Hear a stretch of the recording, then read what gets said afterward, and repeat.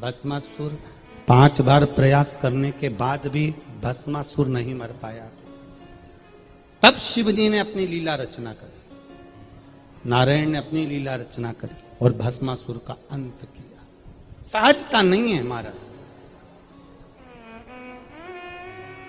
कई लोग कह देते हैं कि देवताओं ने तो इसका संहार करा, उसका संहार करा, उसका वध करा, उसका संहार करा। पर हमारे शास्त्र, हमारे पुराण, हमारे वेद ये कहते हैं कि जनमानस के कल्याण के लिए, दुनिया के उद्धार के लिए, जनमानस के कल्याण के लिए मेरे परमात्मा ने, चाहे वो राम हो, चाहे वो कृष्ण हो, चाहे वो शिव हो, चाहे वो नारायण हो, चाहे वो ब्रह्मा हो, इन सब ने जनमानस के कल्याण के लिए असुरों का संहार किया है।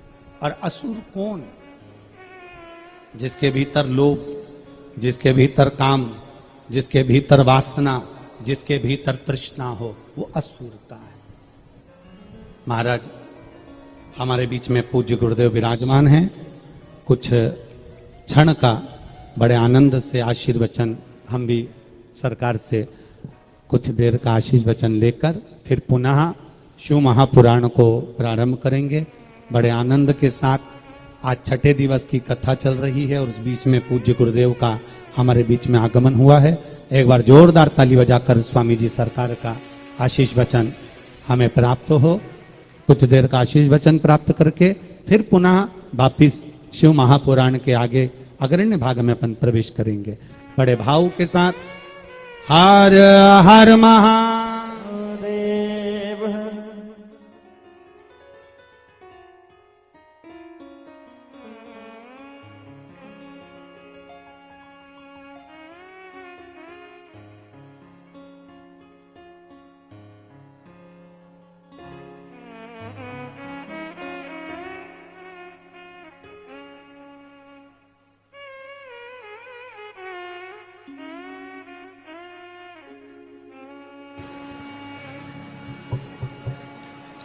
बोले सर्वेश्वर भगवान की, बोले शंकर भगवान की, पुष्कराज महाराज की जय। जय श्री राम, हर हर महादेव।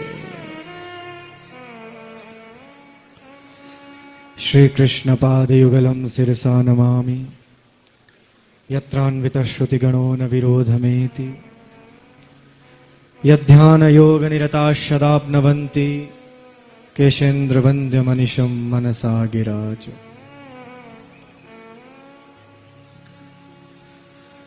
व्यासपीठ पर विराजमान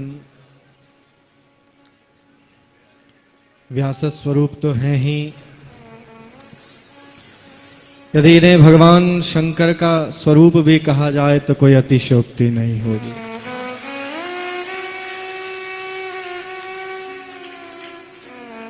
विद्वद्वरेण्य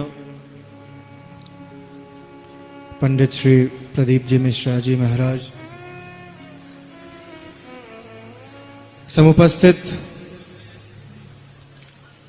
समस्त भक्तिमती माताएं, भक्त महानुभाव, इस दिव्य शिव पुराण कथा के यजमान,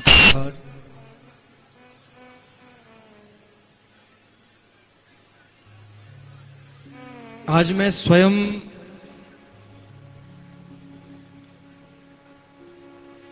ऐसी अनुभूति कर रहा हूं, स्वयं को सौभाग्यशाली अनुभव कर रहा हूं। श्रावण के प्रथम सोमवार पर और शिव कथा श्रवण करने का अवसर मिल जाए, वो भी मिश्रा जी के श्रीमुख से, इससे बड़ा जीवन में कोई अवसर हो नहीं सकता। निश्चित जानिए, सबसे बड़ा अवसर जीवन का यह शिव महापुराण कथा, और वो भी कहां पर हो रही है?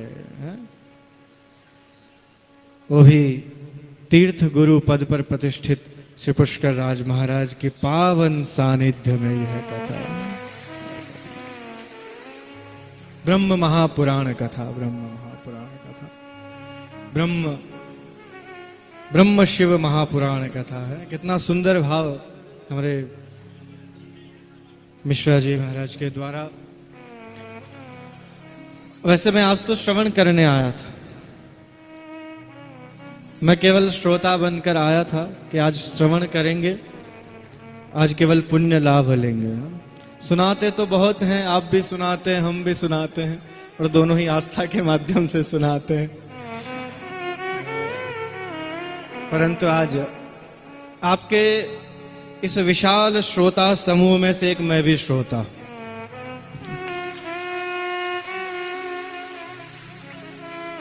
आज वस्तुतः मन अतीव प्रसन्न है कि हमारे इस क्षेत्र में, हमारे इस परम पावन इस मरुभूमि पर, मिश्रा जी, हमारी जो भूमि है जिसे हम कहते हैं धरती धोरारी, धरती धोरों की धरती। आप सब जगह दर्शन करेंगे तो हाँ, यहाँ पर आपको रेत के टीले ही दिखाई देंगे, पर आपके आने से विशेष ये हुआ है कि ये धरती धोरारी भी हरित हो गई है, हरित हो गई है। धोरारी धरती में वनस्पति का कितना सुंदर हरित दर्शन हम सभी को हो रहा है। तो ये निश्चित ही इस शिव कथा का प्रताप है, शिव कथा का प्रताप है। भगवान श्री राधा माधव जो निम्बार्क के तीर्थ में विराजमान है, कल आप पधारे, परसों आपने दर्शन किए ठाकुर जी के, सर्वेश्वर प्रभु के दर्शन किए। तो आज सर्वेश्वर प्रभु की आज्ञा हुई मुझे, बोले इस दिव्य आयोजन में जाकर आप स्वयं भी लाभ लेंगे। तो इस दिव्य आयोजन को देखकर मेरे मन में एक भाव हुआ। अभी अभी यहाँ पर इन सभी भक्त जनों के मध्य जब बैठा और कथा श्रवण कर रहा था तो ऐसा भाव हुआ है? मैं अधिक समय नहीं लूंगा, चिंता मत कीजिए। आप सभी के मध्य, आपकी इस शिव पुराण कथा के मध्य मैं तो स्वयं सुनने आया हूं, पर अब जब हमारे संकेत कर दिया व्यास जी ने कि नहीं, कुछ तो बोलना ही पड़ेगा, फिर कहीं मैं तो कताड़ा, आज कताड़ा ना माइक मिल जावा ना तो फिर मैं छोड़ेगा नहीं कहीं नहीं, अधिक समय नहीं, बस अपना एक भाव मुझे लगा, यहां पर एक भाव प्रस्फुटित हुआ। ब्रह्मा की नगरी में शिव की कथा, आप सभी को आनंद आए तो साथ में जुड़ना है। हाँ, थोड़ा सा 1 मिनट के लिए।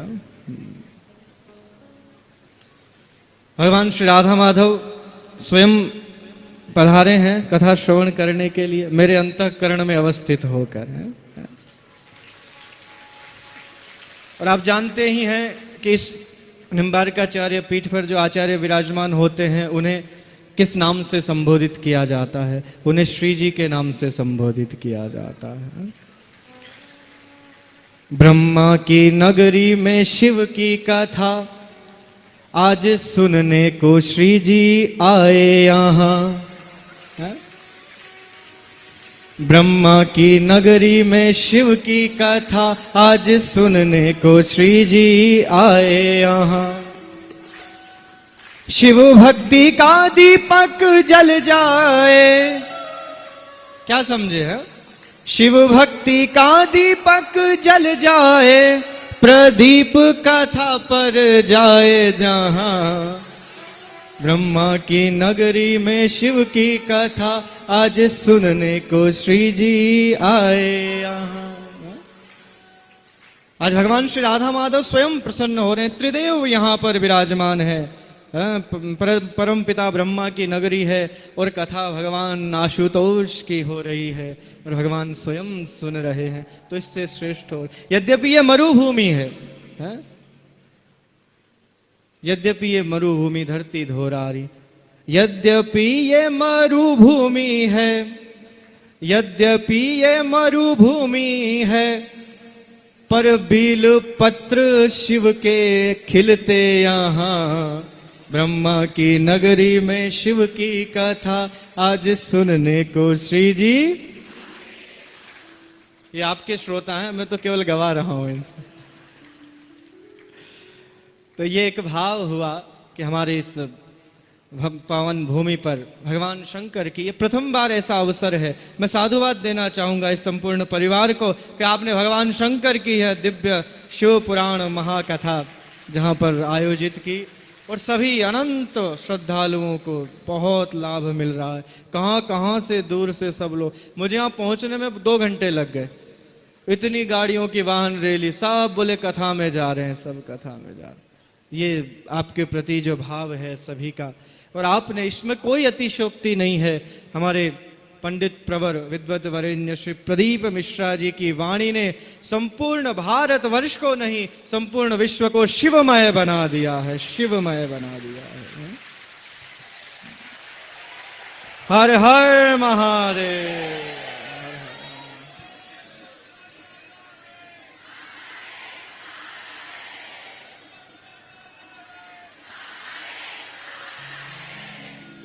बहुत दिव्य भाव आप सभी का।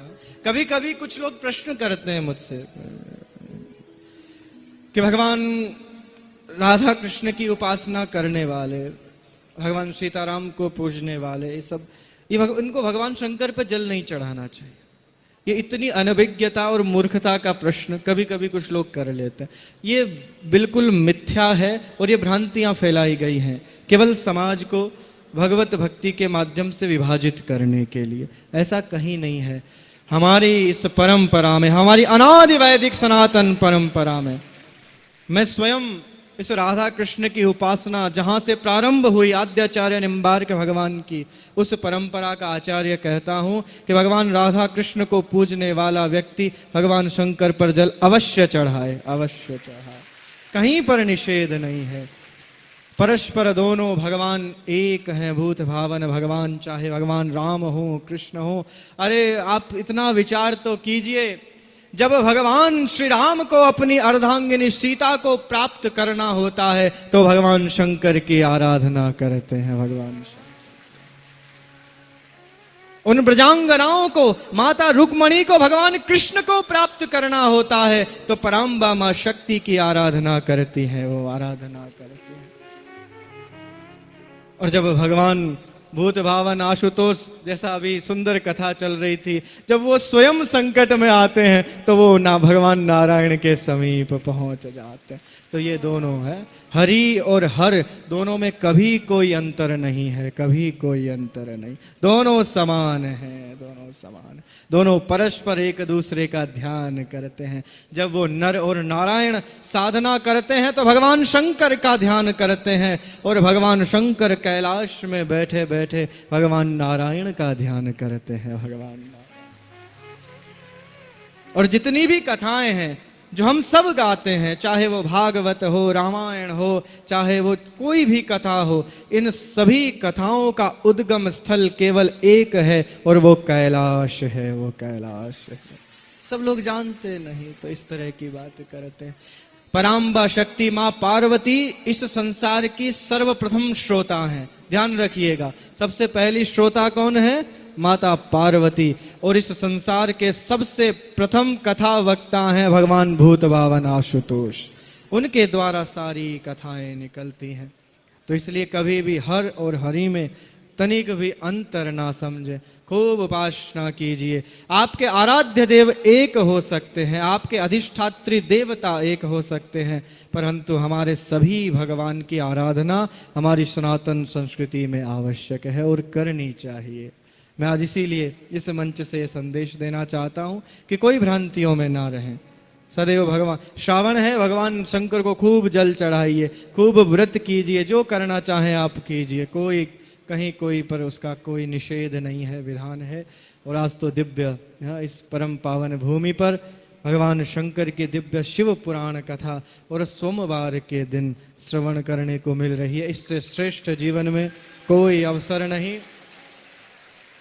मैं व्यास स्वरूप हमारे परम प्रिय श्री प्रदीप जी मिश्रा जी से कहना चाहूंगा कि पुष्कर तीर्थ में तो सुंदर भगवान शिव पुराण की कथा हुई है।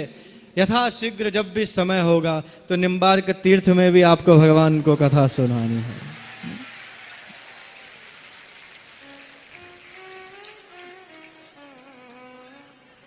एक बार जोर से हाँ, हर हर महादेव, हर हर महादेव।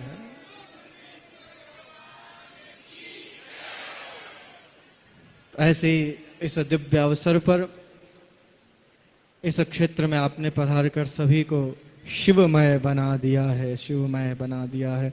हमारे भगवान भी जब उस दक्ष यज्ञ को पूर्ण करने के लिए स्वयं भगवान वहां पर प्रकट होकर शिव जी की आराधना करते हैं, स्तुति करते हैं, पूरा कल्पा पाए कि हे भगवान महादेव, हे भोलेनाथ, आप प्रसन्न हो जाइए, आप अपने इस क्रोध को त्याग दीजिए और इस दक्ष यज्ञ को पूर्ण होने दीजिए। वो हमारे दोनों भगवान आज जो उनका दिव्य कथा श्रवण करने का अवसर मिल रहा है। और ये मेरे जीवन का वैसे भी प्रथम अवसर है कि मैं किसी शिव पुराण कथा में आया हूं। तो ऐसे दिव्य अवसर को आप सभी भी आनंद से लीजिए।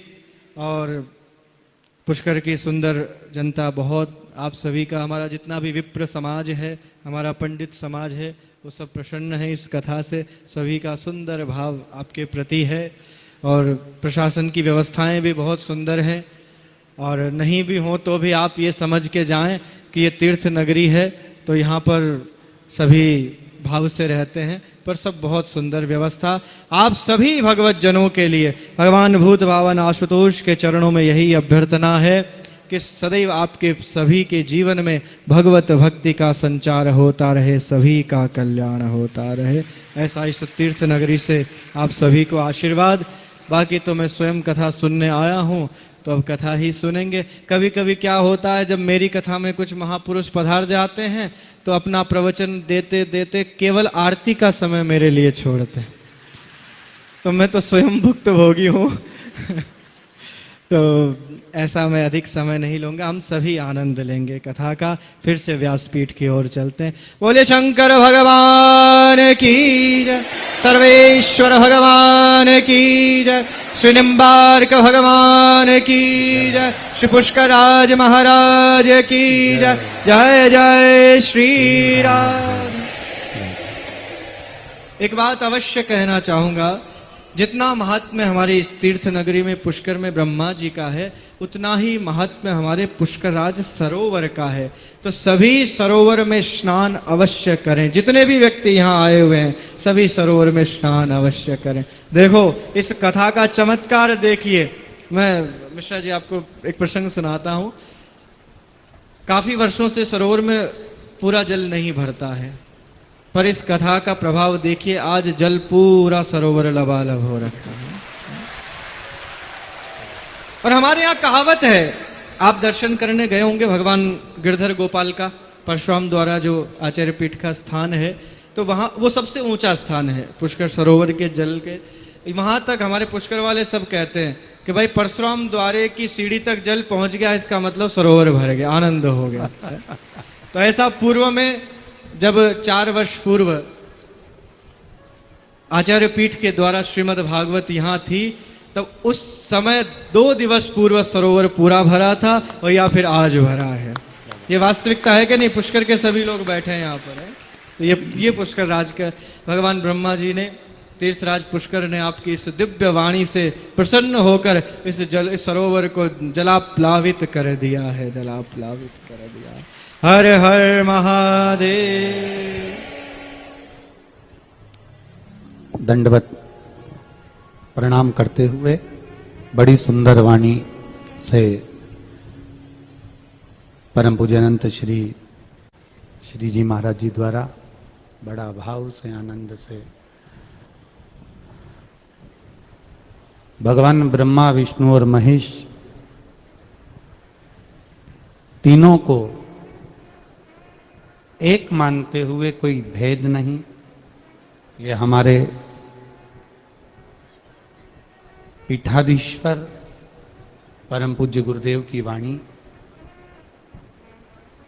ये लोगों का भ्रम स्वामी जी सरकार द्वारा, जे द्वारा जो यहाँ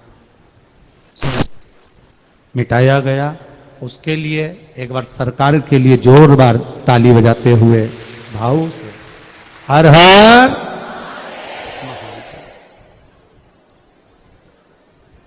सरकार ने एक बात बड़ी सुंदर कही कि बोलते बोलते बोलते बोलते आरती का समय आ जाता है। सरकार वो और होंगे पर आपकी वाणी तो ऐसी लगती है कि आप बोलते रहें, आरती के आरती के बाद भी डबल आरती हो जाए तो चल जाएगी। शिव तत्व है, भगवान ओगड़दानी, भगवान शिव की कृपा, और कहीं ना कहीं सर्वेश्वर प्रभु की करुणा हुई होगी, जो उन्होंने भी हाथ पकड़कर सरकार को पुष्कर तक कथा में भेज दिया होगा, ये निश्चित है। शिव कथा कह रही है।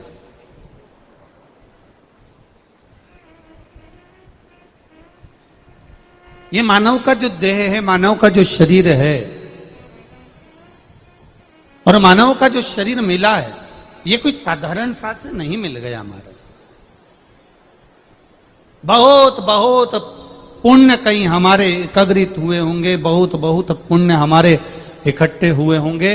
वो कहे पुण्य की जब गुल्लक भराती है, जब बच्चा कोई गुल्लक भरता है, बच्चा कोई गुल्लक एकत्रित करता है, तो कोई बड़ी वस्तु लेकर आता है, और जब पुण्य की गुल्लक पूर्ण तरह से भरा जाती है, तब जाकर कोई शिव महापुराण की कथा तक और पुष्कर राज की धरा तक पहुंच पाता है।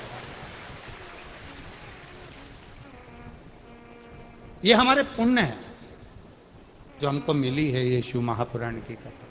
एक तो सावन का महीना, सावन का आज सोमवार, और सोमवार में भी आज तिथि अष्टमी। अभी सरकार ने कहा था कि जुगल सरकार श्री जी के रूप में, सरकार के रूप में ही हृदय विराजमान होकर यहाँ आए हैं, और यहाँ शिव महापुराण भी कहती है सोमवार की जब अष्टमी पड़ती है, तब भगवान शिव का पार्वती से मिलन होता है, नारायण का लक्ष्मी से मिलन होता है, राधा का कृष्ण से मिलन होता है, और सीता जी का राम जी से मिलन होता है। आज ये वो सोमवार की अष्टमी, ये कोई सहज नहीं है, ये तो योग है, और ठाकुर जी की बड़ी कृपा हुई है, भोलेनाथ जी की बड़ी करुणा हुई है, जो आज आप और हम सब बैठकर कथा का रसतत्व ग्रहण कर रहे हैं। एक मन में भाव उत्पन्न कर कर, एक ललकता उत्पन्न कर कर भगवान को पाने का एक प्रयास कर।